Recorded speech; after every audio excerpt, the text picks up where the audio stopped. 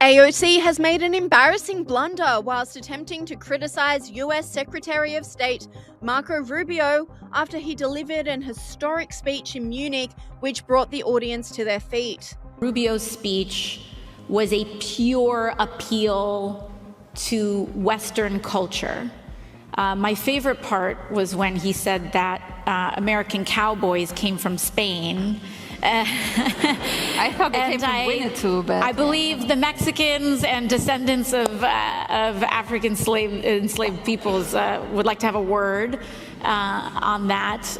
Online commentators quickly exposed Aoc's ignorance, with this person saying, Aoc mocks Rubio. My favorite part is he said cowboys are rooted in Spain.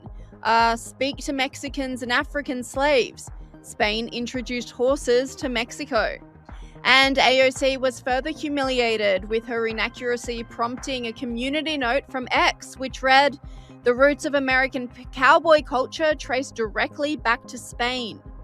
Online commentators mocked the politician, with this person saying, "It makes it so much more hilarious that she tried to use this to take a jab at Rubio. Aoc, there's this thing called Google. It's not as awesome as Grok, but it helps." Aoc's embarrassing moment came after Marco Rubio delivered what many are touting as his best speech ever. The Secretary of State deplored the European leaders in attendance to defend the West as a matter of urgency. For we in America have no interest in being polite and orderly caretakers of the West's managed decline. We do not seek to separate, but to revitalize an old friendship and renew the greatest civilization in human history.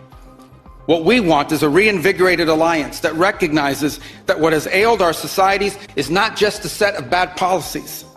He also went on to warn the leaders that the US will go at reclaiming the West alone if Europe isn't prepared to stand up. We increasingly outsourced our sovereignty to international institutions while many nations invested in massive welfare states at the cost of maintaining the ability to defend themselves.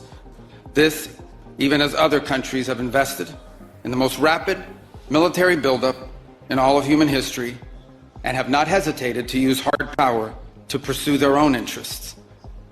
To appease a climate cult, we have imposed energy policies on ourselves that are impoverishing our people, even as our competitors exploit oil and coal and natural gas and anything else, not just to power their economies, but to use as leverage against our own.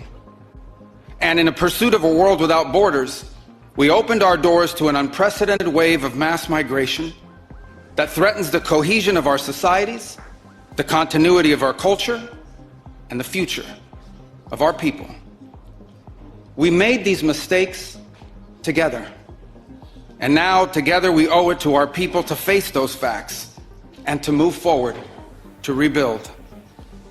Under President Trump, the United States of America will once again take on the task of renewal and restoration, driven by a vision of a future as proud, as sovereign, and as vital as our civilization's past.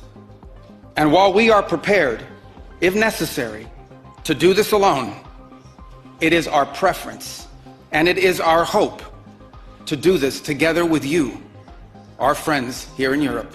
Online commentators commended the Secretary of State on his moving speech, with this person saying, "I was impressed by Secretary of State Marco Rubio's speech at the Munich Security Conference. He indeed addressed a number of particular political issues, but what most grabbed my attention was his stress on the common culture that unites Europe and America." He cited Dante, Shakespeare and the Sistine Chapel, Cologne Cathedral, even the Beatles as expressions of basic cultural institutions that still inform the West. But he pressed the matter further, insisting, in the spirit of both Christopher Dawson and Pope Benedict XVI, that the culture is grounded ultimately in the Christian faith. Political commentator Tim Montgomery responded to Rubio's speech, saying the soft yet forceful nature of it signals healing for the relationship between the US and Europe. And I think what you're seeing with the Rubio speech now is a little bit of a healing. He realises that tensions got too high, particularly over Greenland. Yes. And he was the good cop. Last year we had J.D. Vance being the bad cop. Yes. Rubio and Vance may be up against each other for the presidency Yes. in the next Republican primary. And I think I prefer Rubio. It was more thoughtful. It's like Aesop's Fable. Aesop's Fable, trying to get the man to take his coat off. Sun is better than wind. Yes, Vance is much more isolationist, isn't he? 这部影片怎么这么短？别担心，我知道你还想更了解这部影片它的相关背景，那么就快上神队友 Blogger， 用浏览部落格的形式，依次快速了解这部影片的前因后果，以及事件之后所产生的巨大回响，就快上神队友 Blogger 吧 ，Let's go！